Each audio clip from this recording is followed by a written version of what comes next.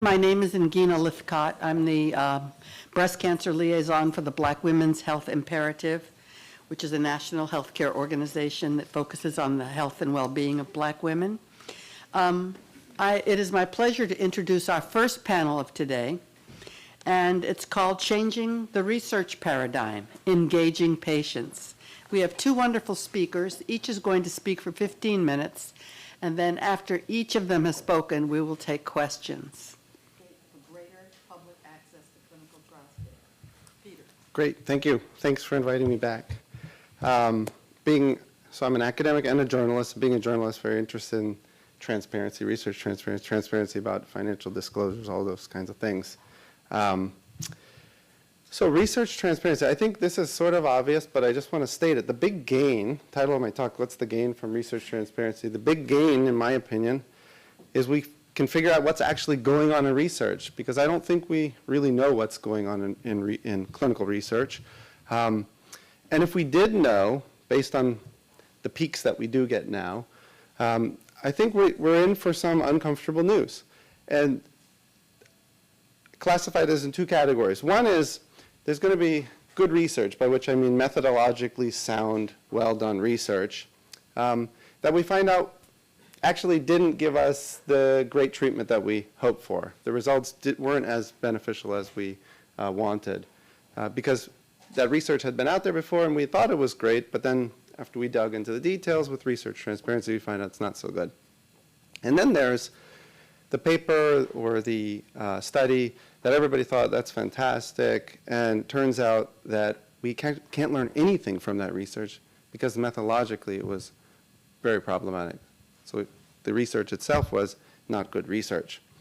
Both of those things are things that I think are going on. Research transparency will actually give us the details and will allow both researchers and patients to get engaged in seeing those details. So where would we go? That's the first step, is we'll get this uncomfortable news. But because we'll be able to get that and work through it, I'm thinking that we can try to rectify these problems and create some dramatic and uncomfortable changes in the way we do research, the research paradigm, changing the research paradigm. Okay, so an argument for research transparency. This is one of my favorite phrases, just look, the data speaks for itself, or speak for themselves if you're a professional. Data is plural. So that one on the left is saying hi. That's what it's saying. Speaks for itself. And that p-value is great news.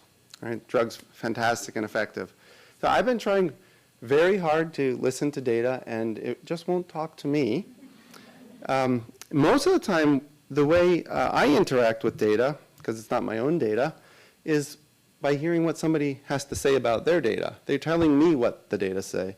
The data aren't speaking for themselves.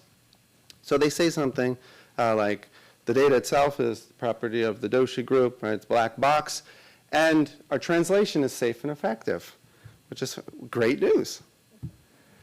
And we have these mechanisms to make sure we get the truth, like peer review. So here's great study in the New England Journal of Medicine. I should have put BMJ up so it doesn't look like an attack. Peer review, right? This is good stuff. But data are not available. So if you want to hear what the data have to say, tough luck. Actually, I put this up because I wrote a piece on this paper. These are academics who won't share their data with the industry sponsor of this massive trial that that resulted in black box warnings on their drug. And so, interesting story of sort of reverse data hoarding. So what do authors, investigators say about their data when they're telling you what their data say? Well, this is a very interesting paper. This is sort of in that category of research about research. And these authors looked at randomized trials where the results reported in the details of the paper suggested that the primary outcome, the main thing that this trial was trying to figure out, didn't have good news, non-statistically significant. But I summarized in the black box up there, in about a third to half of the time in the abstract, which is of course the part everybody reads, the authors had spun that, what's called often a negative finding, not the finding we hoped for, into something that sounds great. And so that's what the data say through our translators, authors. And here's a fantastic, a sort of notorious case, infamous case of the paroxetine Paxil study 329, published in 2001. And here's what our authors had to say about the data. Paroxetine is generally well tolerated and effective for major depression. That's despite the trial failing on all of its pre-specified endpoints, the ones that it planned to look at. Didn't separate from placebo. But in their clinical opinion, and they maintain this to this day, it's, well, everything in that paper they stand by. All right? So that's what our translators have to tell us. This is despite the paper including a table of adverse events where they discuss something called emotional lability, which is an impossibility of most of us to understand, described a little bit here in the same paper. Emotional lability, for example, suicidal ideation and gestures. And they give some numbers. You see in the table there's 6 of these in the Paxil arm and 1 of them in the placebo arm. But it's safe and generally well tolerated, of course. So 14 years later, a group of non-GSK, independent authors, got hold of the actual trial data. And this is what the New York Times wrote after BMJ published this reanalysis, that on Wednesday, a major medical journal, that's the BMJ, posted a new analysis of the same data, concluding that the opposite is true. So they came to the exact opposite conclusion looking at the same data. So there's their study. You see they had access to and reanalysis of a full data set, which is generally impossible. They had somewhere in the vicinity of 60 to 70,000 pages for one single trial. That's research transparency. Not easy. Here's, for example, this kind of compression factor. We're used to thinking of research as the paper, the journal article that you pass around, and what's the latest research have to say? Well, this is a single trial and 2 different translations. One for the peer-reviewed academic and professional world, and the other one, the internal document that's sent to the drug regulators like FDA, EMA. So you can see there's a bit of compression about figuring out what's important to tell you about, going from 8,545 pages to 7. Right? That's, yeah. I didn't print it out. I read it online. Yes.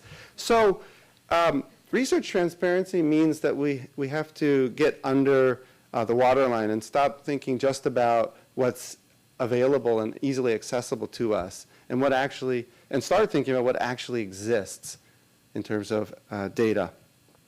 And I want to, so for every trial is an iceberg, and the published trials kind of peak above the iceberg, or peak above the water, because we have some knowledge that they exist, right? And usually what's above the water line are the journal article, the conference abstract. But for that very same trial, you have this wealth of, you have the 70,000 pages, the 8,000 pages, right? You have the clinical study report, and you have the documents where the study nurses, the study investigators, they took down, right, all the data from the patients that they were collecting. That's why the trials cost so much. They're collecting so much information. So let me show you a case report form. This slide, my slide here, is a slide of somebody else's slide, former FDA reviewer, who was one of the unfortunate few people that really digs into the details routinely. And so this is for the Avandia record trial. And he found that if he had looked at the 8,000-page document, he wouldn't find a myocardial infarction that occurred in the trial, according to the case report forms, because somebody wrote, herewith, I confirm the deletion of the serious adverse event. And that's it. So they deleted it, and it's no longer in our data set. The Paxil investigators, this team that got access to 70,000 pages of that data, they had access to this case report forms too. And you can't read this, but this is an interesting one where I'll read it to you. The patient X, This is what's written down in handwriting on this form. Experiencing auditory hallucinations. A voice commands him to hurt himself. He has cut himself in response to the voice on 3 occasions in the past 6 days. On the back of his hand, he has carved a cross with small adorning cuts. On his forearm, he has made 10 to 15 cuts, each about 6 inches long. On his upper arm, there are 3 additional cuts. What does this turn into? It's coded as superficial cuts, risk to self. And in the paper, we have emotional lability. So that's our translation. The new investigators coded this as suicide attempt and self-harm. Another thing you can get when you get into the details is something called a certificate analysis. This is where an independent company takes a look at the actual capsules, actual pills that are used in a trial. In this case, the Tamiflu ones and the placebo. And they figure out what's actually in them. We know what's supposed to be. They're actually going to do the chemical analysis, figure out what's actually in them, and they describe them. So this one, they describe the Tamiflu pill as light yellow and opaque in color. The other one, the placebo pill, is ivory and opaque. That's very interesting. I mean, maybe they're the same, but light yellow and ivory are 2 different words. That's not something that we have access to if we just read the journal publication or the clinical study report, which both describe this. One describes it as a matching placebo, and the other just says it's a placebo. So your imagination says, okay, well, it's indistinguishable. It's a placebo, of course. But that's not what the detailed documents lead to. So it raises the question of whether this was really a double-blinded trial, or did people know what they were getting? Doesn't mean we have an answer, but it means we have questions. Okay, so all of these problems I usually try and sum up for conceptual clarity in 2 boxes.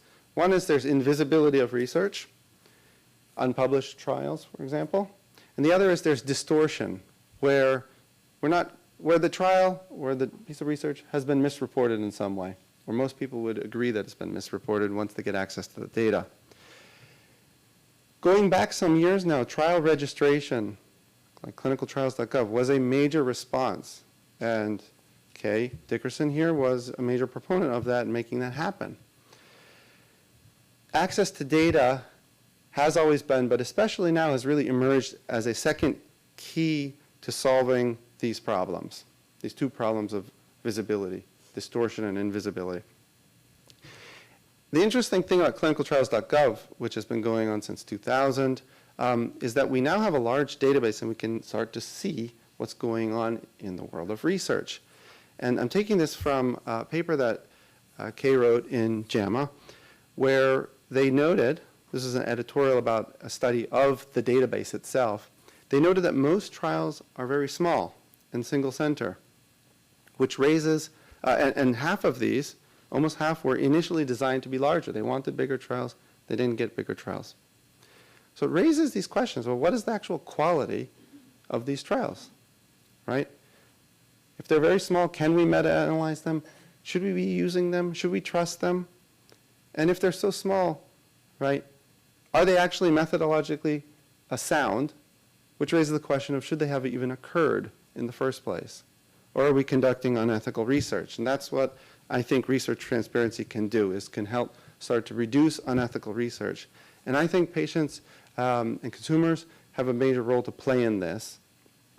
I hope you'll agree with that. For example, if you were a patient and you saw this document, which only emerges because of litigation, it says the Contract Research Organization, I think I can wrap it up, is contacting the sponsor, and they've just gotten involved in this study, and they're saying, actually, the investigators were inexperienced with conducting this trial. They don't have study coordinators. The training was minimal.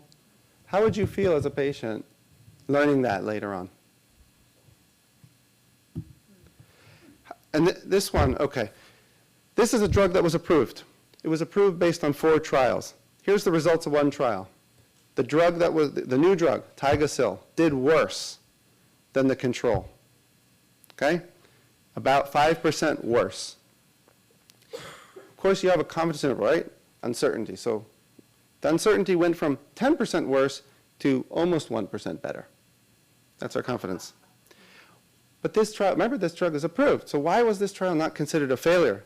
And it's because the study purpose was not to prove that the drug was more effective. This blows my mind. The pre-specified win criteria is that it's not more than 15% worse than the comparator. And the comparator, by the way, is an already approved drug that you can get already anyways. Right? So the null hypothesis, we're used to thinking null hypothesis as same. The null hypothesis in this type of trial, which is called the non-inferiority trial, is that the new drug is more than 15% worse than the drug you can already get. I looked at the consent form. And this is where I'm thinking patients can get involved. This is a study, and I'm wrapping up. The consent forms do not explain the study purpose, the win criteria. They're not explained. The consent says, this purpose of the study is to compare the safety and effectiveness of an experimental antibiotic. That's very informative. Okay, there it is. Then we have a black box after this on the drug. Still available, marketed, I mean, the drug. Okay, we need more divers to go underneath the waterline, explore this data. Less mad rush for breakthroughs and innovation and all these things. We need real innovation is what we need. And we'll start that process, I think, by reflecting on just what we're doing right now in the research world. Thank you. Thank you.